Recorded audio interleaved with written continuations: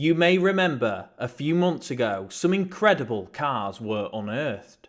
A treasure trove of British cars with a difference.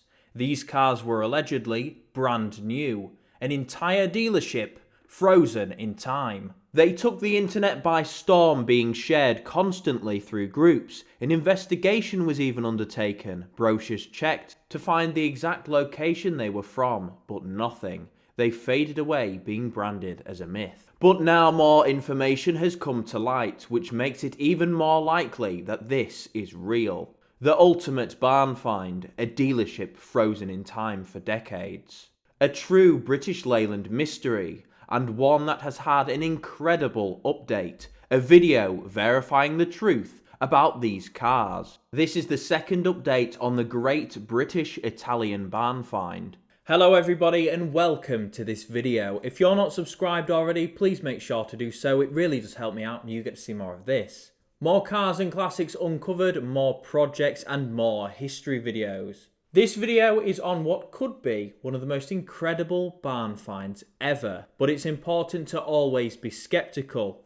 Only transact if you've seen this in person. These cars are allegedly incredible, a brand new dealership lost to time, now found. Make sure to like the video if you liked it and share if you want other people to see it. Comment your British Leyland memories or any theories you have on these cars below. But without further delay, let's get into this video on what could be the greatest British barn find ever.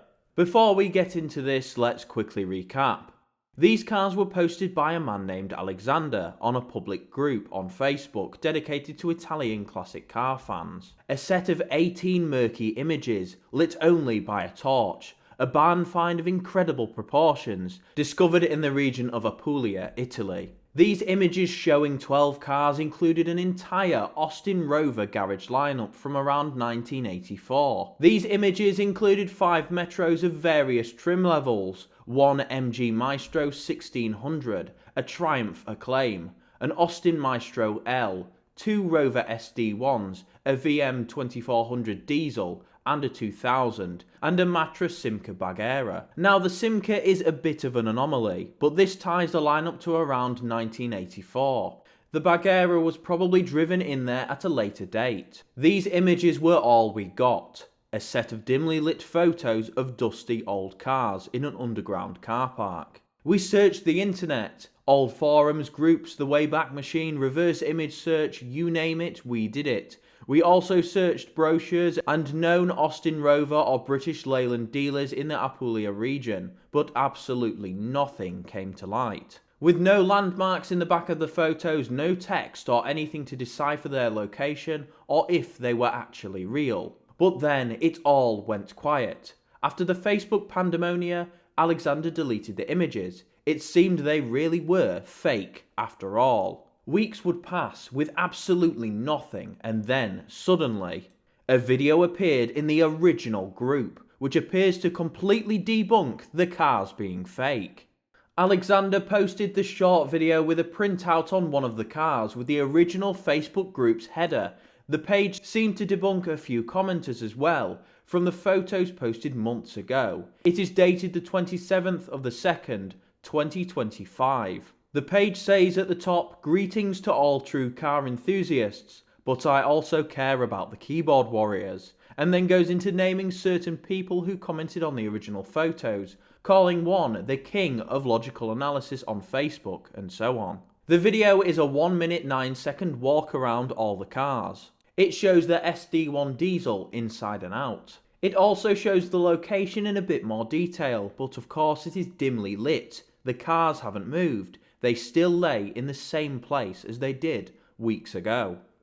One of the commenters on the original post, now deleted, explained the cars were from a dealership in the area that had been mothballed. They were driven into storage awaiting reclamation by another dealer or liquidators, but this never happened.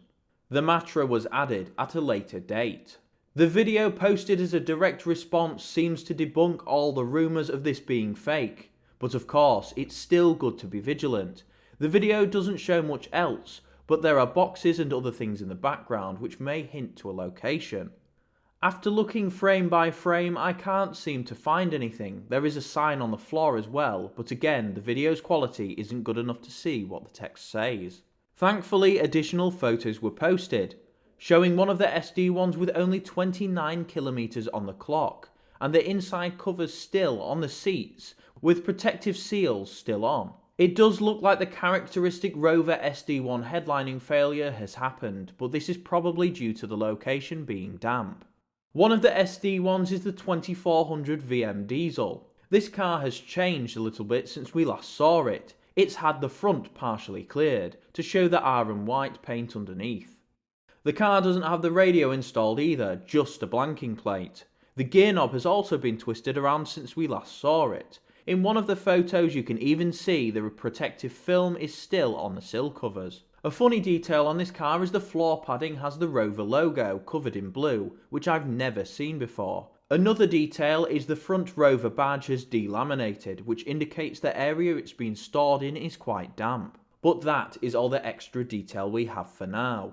These cars are a complete anomaly, a once-in-a-lifetime find if these are legitimate. They clearly exist. It's timestamped now with verification the person posting has access to these cars. Whether it's legal or not is another thing. The cars themselves don't have registration plates by the looks of it, so they are unregistered. The ownership certificate would need to be applied for. The cars themselves aren't exactly in new condition. You can see the damp on the walls, the salt that has built up due to water ingress.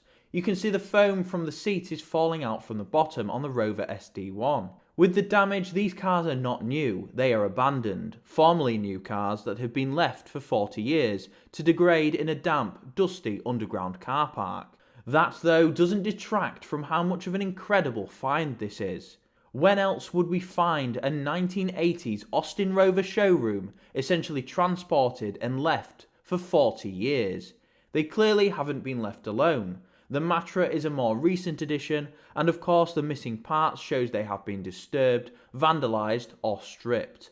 This could have happened when the car park was used as a dumping ground. You can also see a sink and a few other objects in the background near the Acclaim. It's clear these cars haven't just been left for 40 years. A closely guarded local secret perhaps, or a project never fulfilled. Regardless, these cars are real, and what happens next is up to whoever owns them. I've messaged Alexander along with countless other people, but no response. If Alexander is watching this, feel free to message me or email. I'd like to, if you are open to it, come and document these cars. It's also good publicity. But without seeing them in person, there isn't much we can do, other than track the fate of these cars from afar. The barn find has sadly become controversial, with people turning up after videos have been made and stealing or destroying the cars. It's important not to follow this trend that has been perpetuated by so many. If you have any information on the location, please do not disclose this publicly. There have been several notable examples of rare cars magically having their parts removed a few days after a video is posted.